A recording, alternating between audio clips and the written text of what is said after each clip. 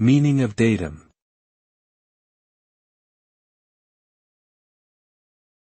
Datum.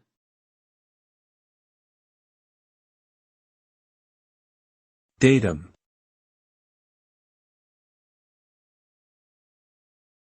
Datum.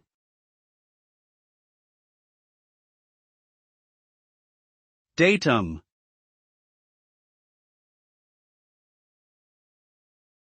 Datum refers to a single piece of information or a single point in a data set. It is a singular form of the word data.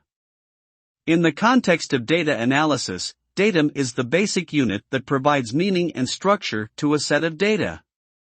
A datum can be any type of information, such as a name, age, temperature reading, or measurement of a quantity. In short, datum is a fundamental building block of data analysis that allows us to extract insights and draw conclusions from large amounts of data.